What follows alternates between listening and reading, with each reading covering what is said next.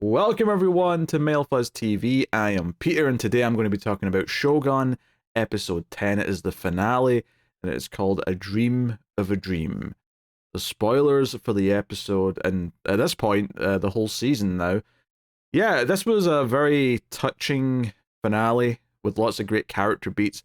I feel like some people might be disappointed with it just because it's not this epic action episode that I think some might have expected. And hell, even I kind of expected it, like that they would get a little bit of a war and Toranaga's plan would all come together and all that. Instead, and it became kind of clear like halfway through the episode that that is not what we were getting at all. But of course, what this show has done very consistently, and at least for a while, it was surprising how good it was at this, is given us these touching character scenes. And Mariko's death, which is confirmed early on, is like this shadow, this cloud hanging over everything. Every character in this episode is touched by it in some way. And seeing how the character arcs all wrap up is super fascinating. I don't know if I'll talk about every scene or try to like I normally do, just because I feel like ultimately where these characters end up is the more interesting part of this episode. Obviously, there is some phenomenal standout scenes. I would like to start with Blackthorne, I guess, and also Fuji, who kind of go together actually in this episode. They have a great scene where when he gets back to the town, we find out Mariko made a deal for the church to return him safely back to Toranaga.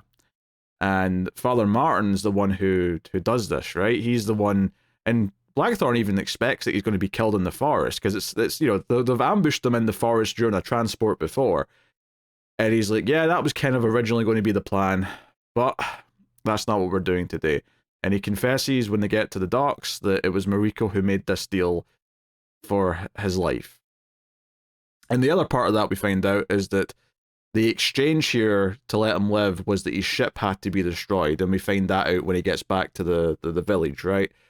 We see that the ship's been burned, and there's obviously some other things we learn about this later, but it very much is, in some ways, the opening, like, what appears to be a flash forward. It appears to be like this is the end of Blackthorne's life when he's back in London as an old man, and he's got grandchildren, and he's still holding the cross that was Mariko's, right?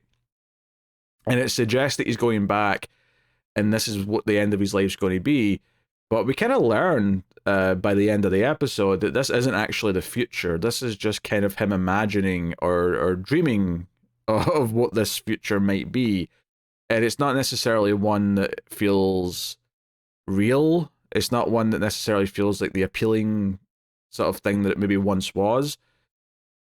But anyway, that's all to get to the scenes with Fuji, which are the scenes that I really want to talk about, because him coming to see Fuji and being back at the house, and Fuji coming out and sitting with him, like, as soon as they started interacting, Mariko's absence just felt more real and more devastating. Obviously, it eventually does that moment where you get the shot of him looking over at the third space where Mariko would normally sit, and he says, "No translator," right? And it hits at home.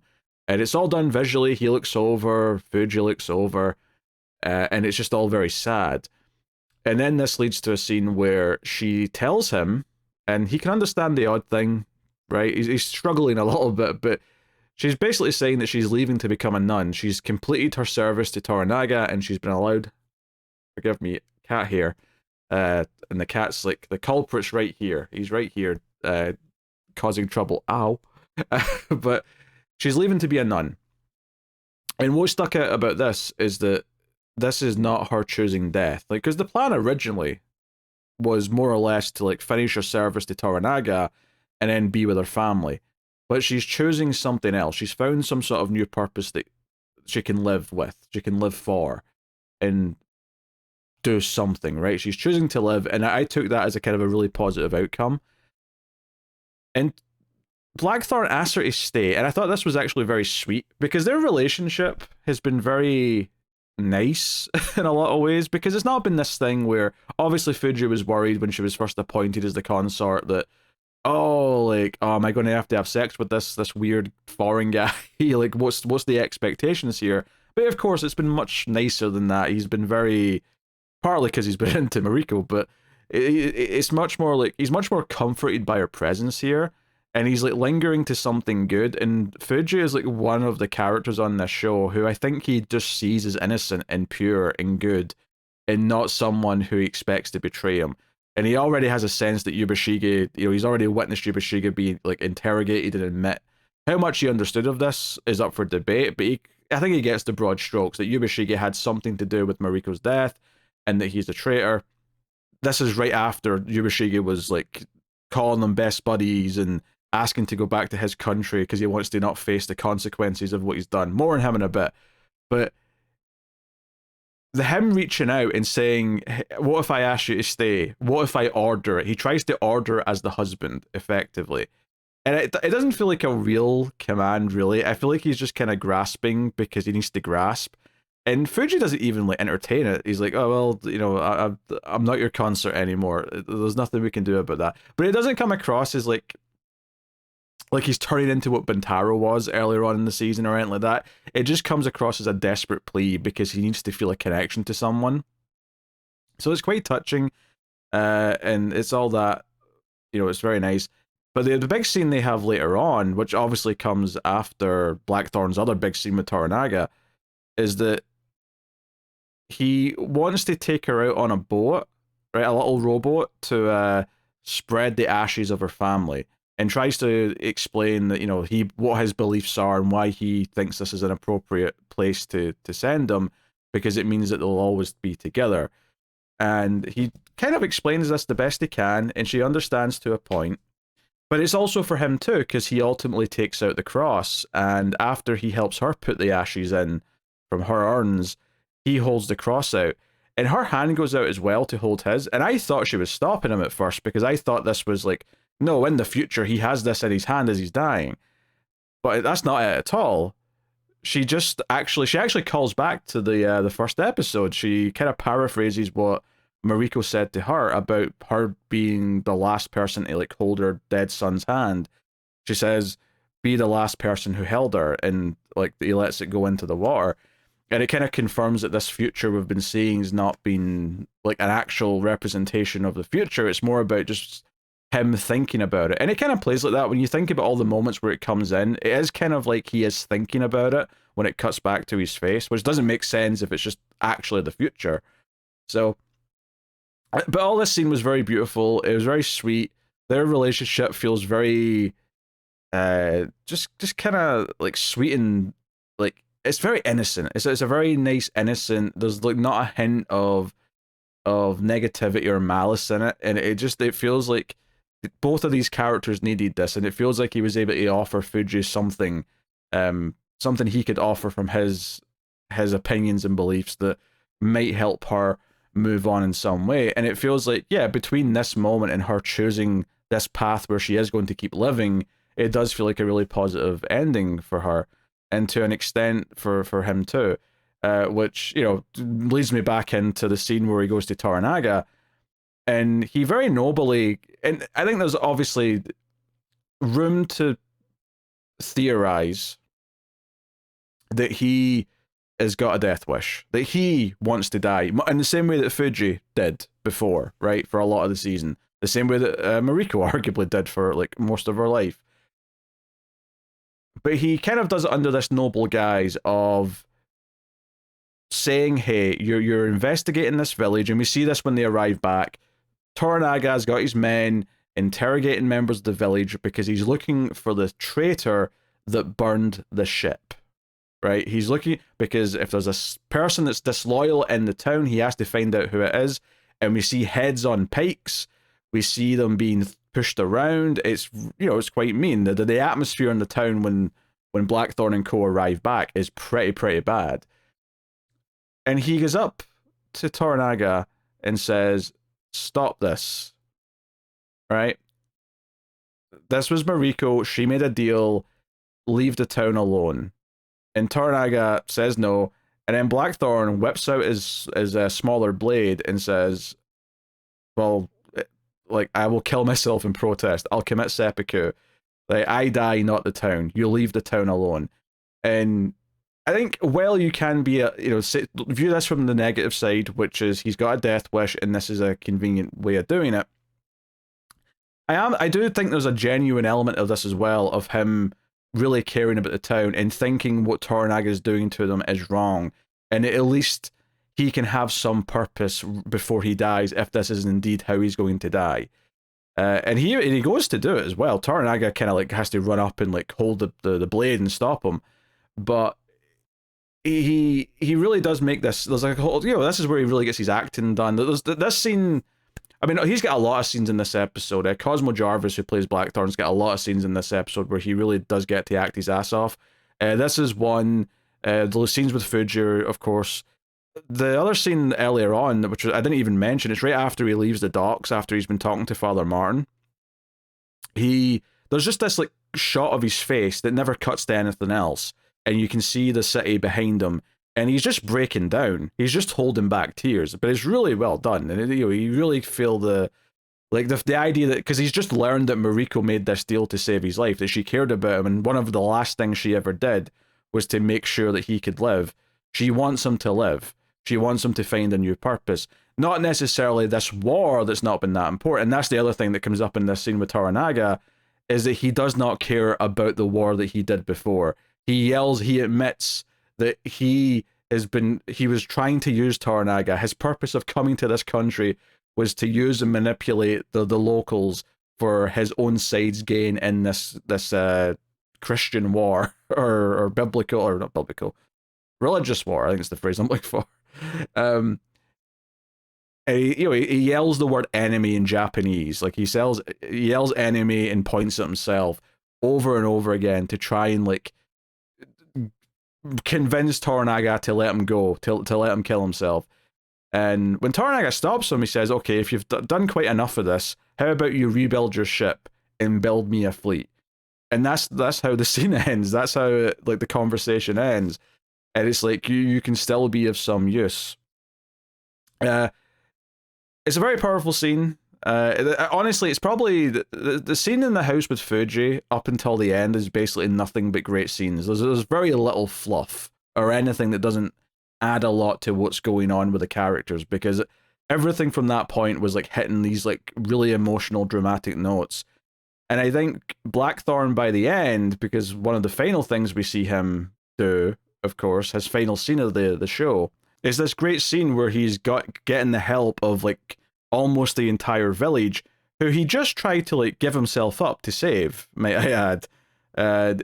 They're all helping him with ropes, trying to pull his ship back ashore, and it's under the water, and they're really struggling, and he's like, try to get them going. Oh, actually, this reminds me, before I go on, I do have to go back to the scene with Toranaga and talk about the sneaky reveal that the old fisherman dude that was Toranaga's spy, has secretly spoke, well, not English, but Portuguese this entire time. And it's just there's just a moment where Toranaga like turns and goes, oh, he doesn't know yet? Oh, yeah, reveal that. And he just starts talking in English. It was really funny. I really enjoyed that moment. But he's doing all this, and Buntaro shows up, and I'd forgotten about Buntaro when he showed up here.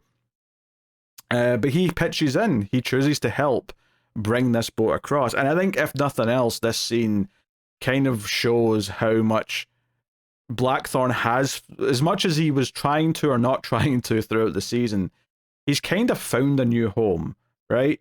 The people here, like, have accepted him. Even Buntaro. Buntaro's the punctuation mark on that. He's the final little thing that confirms it and ties it in a bow that says he has been accepted by these locals at this particular village, and they know who he is now. They're helping him. He's yelling thank you to them when they get the ship kind of close to shore, and he passes water to Buntaro. It really feels like he's sort of integrated into this community and found a purpose. And the whole time, this is actually the ending scene of the show, is Toranaga's watching. He's often like further up the shore. He's sort of watching from one of the big rocks, and he's looking down. And one of the final moments before the last shot of Toranaga looking out at the ocean is Blackthorne looking back at him. Toranaga almost just lets out a little smirk and a nod. Just, this is very slight, it's very small. And Blackthorne just kind of chuckles to himself. And it kind of felt like to me that, and I think this is like a running thing with both him and Yabushige in this episode, is that by the end of their stories, they both understand Toranaga a lot better than they did before. I think, I'm not saying that Blackthorn knows what Toranaga's plan is or could even name much of it, but I think he understands at the end here, the why he smiles and chuckles to himself is I think that he sees Toranaga as watching and realizes that whatever's happening, this is all part of his plan. Whatever Toranaga's doing, this is part of it. Like I think he understands that here at the end, and that's why he's like, because he catches him watching and sort of seeing this, like all of his handiwork of this manipulation kind of unfolding to this point now, and I think he understands that in some level. Much like Yabushige has kind of like realized some things by the time he dies, because ultimately he's ordered to commit seppuku. And he wants Blackthorn at first to be second, but then he asks Toranaga himself to do it, which he agrees. And that's also one of the big, great final scenes of the season here, is that as he's going to die, he has this conversation with Toranaga right before, where he kind of puts some things together, and Toranaga just flat out admits a few of the details here. The main one that's relevant to this episode, of course, being that he knew about the deal that Mariko was making, and he himself ordered the boat to be burned. So everything he was doing to the town was all in the name of just testing what Blackthorn was going to do in response. And fundamentally, I think he's quite happy of how seemingly much Blackthorn now cares about the people of this town and how loyal he now is to these people. If not Toranaga himself, then certainly to the people under him. And how that can be wielded. But he talks about how Blackthorn is not that important, and there was multiple times where he thought, oh, maybe it's time to just end him or hand him over and be done with the trouble that he's causing. But he kind of just admits that he likes him and that he makes him laugh, and that's kind of why he's kept him around. There's something kind of nice and like just simple about that. It's like, it's not that he's actually important. The outsider.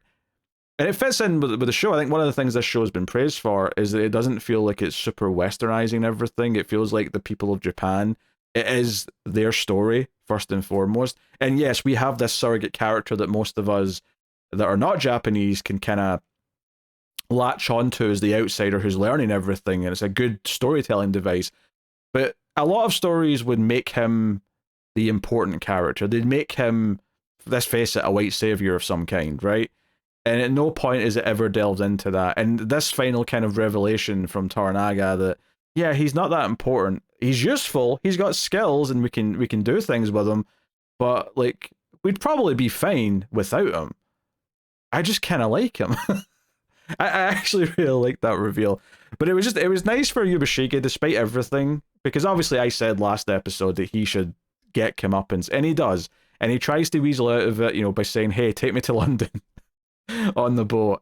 But fundamentally, it is noteworthy. A couple of things with him is that he is very torn up by what's happened. He did not expect Mariko to be killed. He thought she was only going to be captured, so he's actually quite guilt-ridden at the start of the episode, and he's really out of it, and he starts talking about how Toranaga, once there was going to be war between the previous Taiko ruler in Toranaga, but there was a big earthquake, and he was able to convince the Taiko that this was a bad omen, and talks about how something about the catfish was a sign, and he's looking for the catfish in the pond, and Nishido says there's no catfish in there, and it feels like at that moment he kind of realizes that Toranaga's always playing a game, right? If he didn't realize that already, I think he's like, no, just how deep the 4D chess that Toranaga's playing actually goes.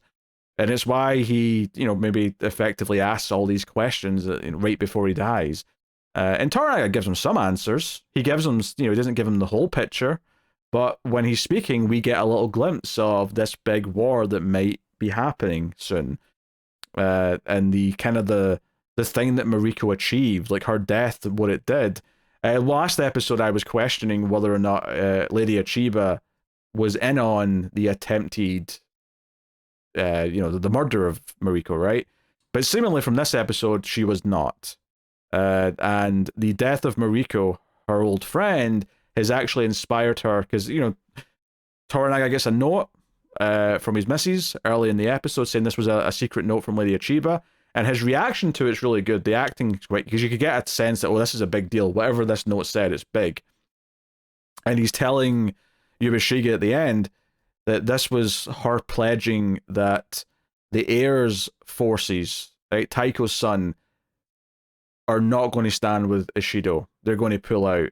And because of that, the other regents probably won't back him up. So now it's just going to be Toranaga's army against his.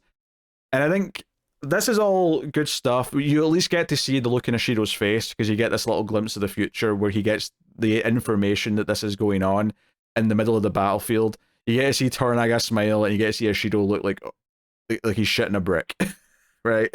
Like he's not happy about it. But for me, the real interesting thing about this scene is Yabushige, right before he dies, asks Toranaga to admit something. And he's like, I'll take it to my grave, I'm about to die. But the truth is obviously you're really, he's really smart, you're a really good manipulator, and you're a strategist, all the rest of it. But fundamentally, you're not that special. You're not any better than the rest of us because secretly deep down, you want to be Shogun. You desire it deep down, just like all of us have thought about at some point in our lives. You want that power. Just admit it. I'm about to die anyway. And Toranaga says, what's the point in telling the dead man the future? And Yabushige makes the choice when he stabs himself to look Toranaga in the eye as Toranaga has to decapitate him. And I like that choice because it felt like Yabushige was basically in his final moment saying, you have to look me in the eye. You have to live with the people that you've killed in your plans. Everyone that's fallen because of you and what you're doing. Like, you speak about this future where it's Japan's one united country with, everlasting peace because there's no more lords and all that. But you have to accept the cost of what you've done. And he looks right at him when he goes to kill him, when he goes to finish the job. So I thought that was all really well done as well. I thought, all of these scenes in the last 30 minutes of this episode were it was just constant payoff to these character stories, which is why this is a very satisfying finale, even though the actual big war that we've been building to, this fight that we've been building to, and I'm sure people who have read the book knew, but we're never going to get that playing out as a big episode or 2 episodes. But certainly, obviously, I think most of us assumed we probably would. I just felt like naturally it would build up to something like that. But instead, this episode was no, we're not going to do a big cheesy action fight and sort of do a more typical ending. We're going to give all the characters send-offs and complete the arcs that they've had in this story. And Yabushige, yes, does die, as I think the audience probably want him to for the part he played in Mariko's death, but he is fundamentally learned by the end and had some, admission from Toranaga about the fact that he is just being a ploy in his game this time. And I think Blackthorne to some extent understands that a lot better as well. Like I say, I don't think he knows a lot of the specifics. I'm not saying he's figured out a lot of what his plan is necessarily. And Toranaga even jokes himself, maybe one day I'll tell him the truth, but that'll be long after his ship's been rebuilt. But he doesn't believe that Blackthorne is destined to leave Japan. And, that might be true. We don't know if he'll ever leave Japan, but this might be his home now, and he might spend the rest of his days here. And I think that future of him as an old man dying with his grandchildren is, that fades away because now it's not what the likely outcome is, it's still a possible outcome, but doesn't feel like that's where he's going to go now, certainly. So I really liked all these payoffs to all these characters. It was all good stuff. The reveal that Lady Achiba was pulling her support for Ishido was great. I think because if nothing else, it makes everything it did with the flashbacks of her and Mariko's backstory and the build up to them seeing each other again and that was all handled very well last episode. But this final sort of like, this is what it actually finally resulted in, was this choice that Mariko being murdered like this was the tipping point that made her change her stance and what's going on. So she ultimately is now going to aid, or at the very least not interfere with the man responsible for her father's death.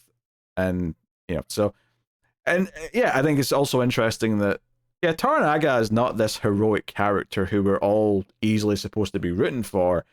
Arguably, like, he will achieve peace if he does come into power under one united country. But as Yabushige kind of says right before he dies, is this all just about his grasp for power? This dream of being Shogun and being the sole ruler of the entire country. It's I think that's a really him having that point right before he dies feels like it's just kind of hammering home the shades of grey that is Toranaga, and is this good? Is this bad?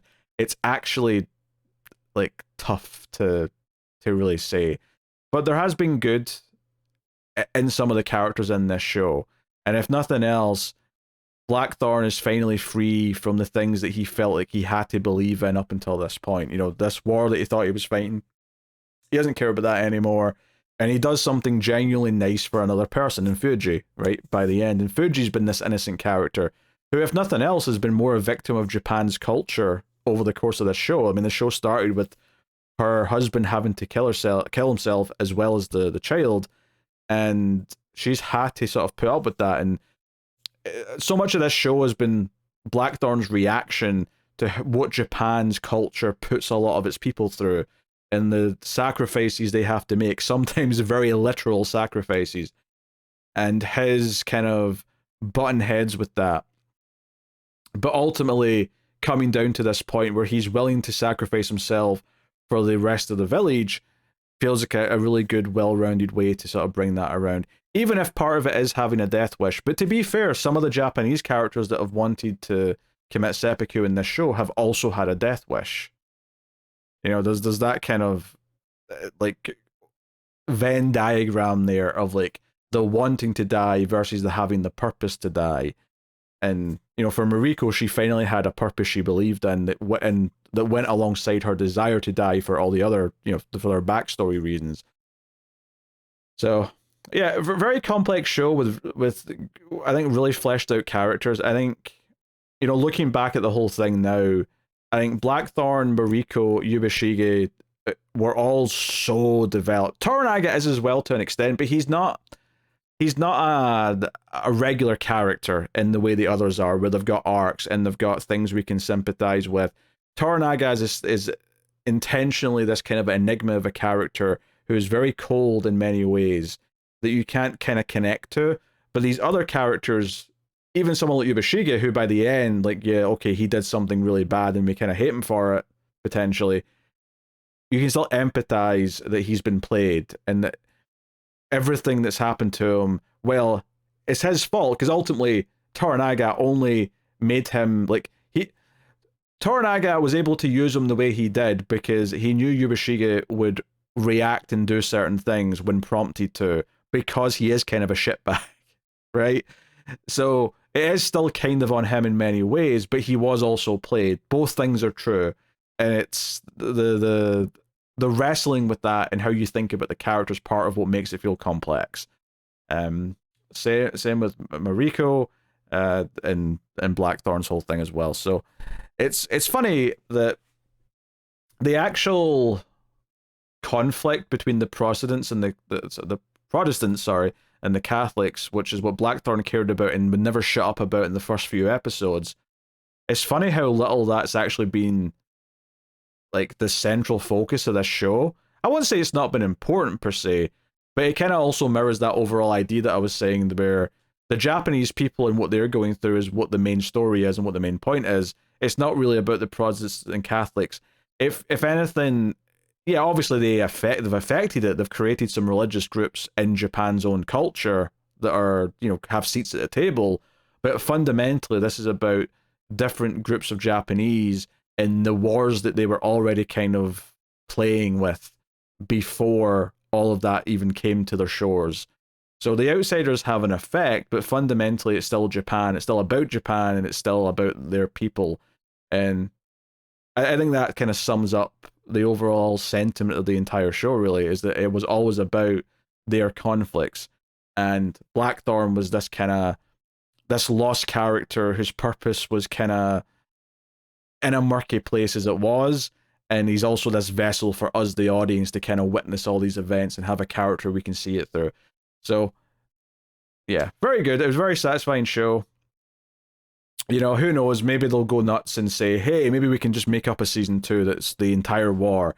They could do that. I'm not saying I want them to do that, because I think that that's a really risky proposition. Because without the source material, it could be very, very easily inferior to this show. This season was a very tight season of TV that had numerous character stories and arcs that all felt like they fit together perfectly, themes that fit together very well. And I'm sure it's going to be rewarding on a rewatch. I'm sure there's things, knowing where it's going, that I'll pick up on in the early episodes now. I'll probably enjoy those early episodes even more, knowing where this has went ultimately at the end.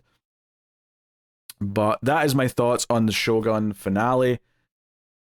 By all means, let me know what you thought in the comments below. You can like, subscribe, all that stuff. Helps out a bunch if you do. And of course, you can support everything over at patreon.com/MailFuzzTV. But that is the show. Obviously, if you've been watching my reviews of this and you've not watched anything else on the channel, I mean, I'm currently working through Fallout, if that's of interest. I'm not enjoying it, but I am working through the final season of Star Trek Discovery. But there's numerous playlists of other shows that we've done in the past. Some of my own, a lot with other people. But you can go check out all those things and see if there's anything else that's interesting. The other thing that I would promote is the other channel we have, which is Mailed Fuzz Movies, which has 3 different movie podcasts on it where I review movies with other hosts. So there's a horror movie podcast, a sci-fi movie podcast, and a sort of general movie podcast where we work through like franchises and seasons of like themes. Like, you know, we'll do like 8 movies by the same director or something like that kind of thing. So go and have a look at Mail Fuzz Movies as well, if that's of interest. But thank you for joining me. It's been a great show. I'll see you guys soon. Keep watching TV. Have you got any vanilla?